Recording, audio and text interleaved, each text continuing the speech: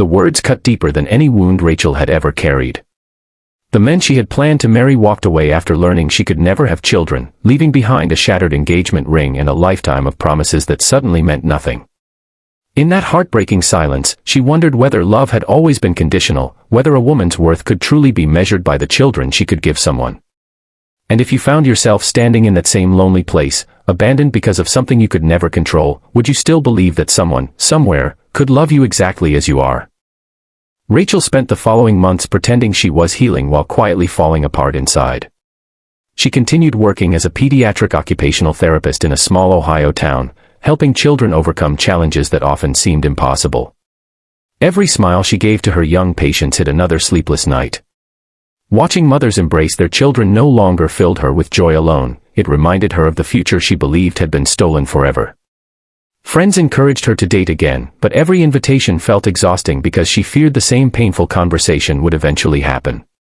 She stopped attending weddings, avoided family gatherings, and smiled through questions about when she would finally start her own family. The loneliness became so familiar that she convinced herself it was simply how the rest of her life would look. Nearly 200 miles away in Columbus, Nathan, a successful CEO who had built one of the state's fastest-growing logistics companies, faced a different kind of loneliness. At only 43, he had already buried his wife after a sudden illness that left him alone with 4 children. 12-year-old Samuel tried to act like an adult before his time. 10-year-old Grace quietly carried her mother's kindness in everything she did.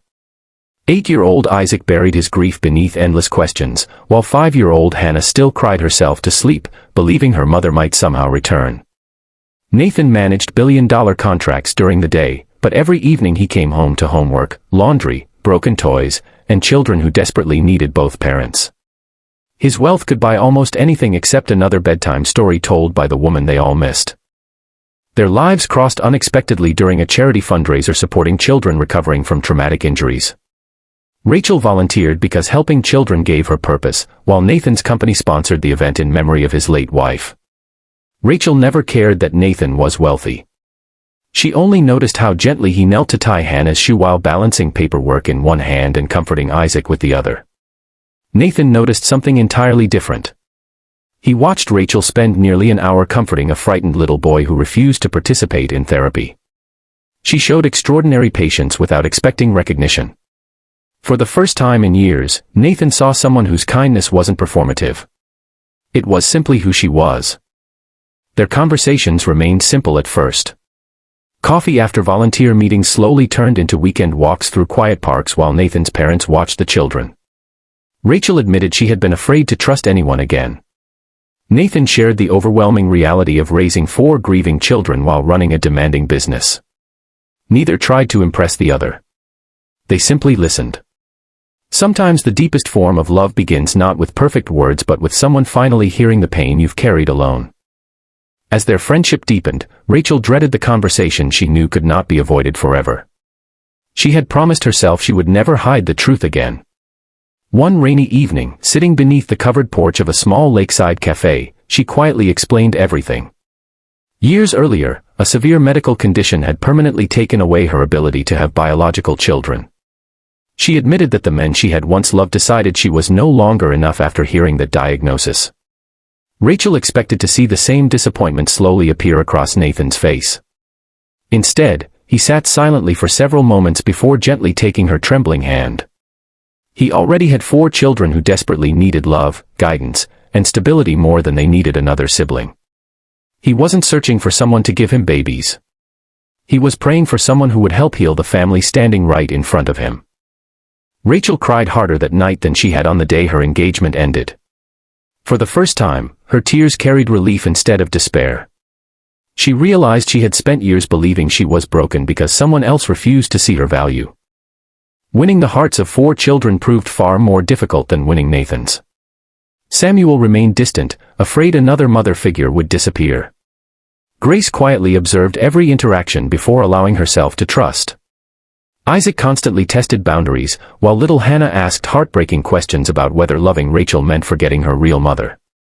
Rachel never tried to replace anyone. She honored their mother's memory, listened without judgment, and accepted that healing would happen slowly. Week after week, Bedtime stories, school projects, scraped knees, birthday celebrations, and quiet hugs began weaving invisible threads that transformed strangers into family. One winter afternoon, Hannah's kindergarten teacher invited parents to a classroom appreciation event. Each child had secretly written about the person who made them feel safest. Hannah stood proudly before her classmates and read that the safest place in the world was between her daddy's arm and Rachel's hug because together they made every scary day feel smaller. Rachel struggled to hold back tears as Nathan quietly squeezed her hand.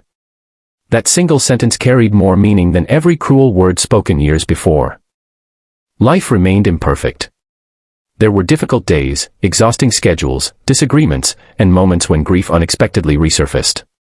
Rachel sometimes wondered whether she truly deserved such happiness after believing it impossible for so long. Nathan occasionally questioned whether he had done enough for his children through the hardest seasons. But every challenge reminded them that real families are not built through perfection. They are built through countless ordinary acts of choosing one another again and again. Years later, visitors often assumed Rachel had given birth to the 4 smiling children surrounding the family dinner table.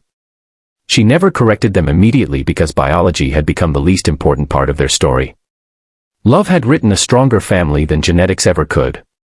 The woman once rejected because she could never become a mother had, in the most unexpected way, become exactly that through compassion, patience, sacrifice, and unwavering devotion. Before this story ends, tell us in the comments, do you believe a real parent is defined by blood, or by unconditional love? As Rachel looked around the table filled with laughter, she realized the greatest blessings sometimes arrive disguised as the deepest heartbreaks. The men who rejected her saw only what she could never give, but the lonely single father saw everything she already was. In the end, the family she thought she had lost forever was simply waiting to find her in a completely different form, proving that the most beautiful second chances often begin where broken dreams come to an end. If this story truly touched your heart, please like, comment, share it with someone who needs hope today, and subscribe for more emotional stories about love, kindness, and second chances.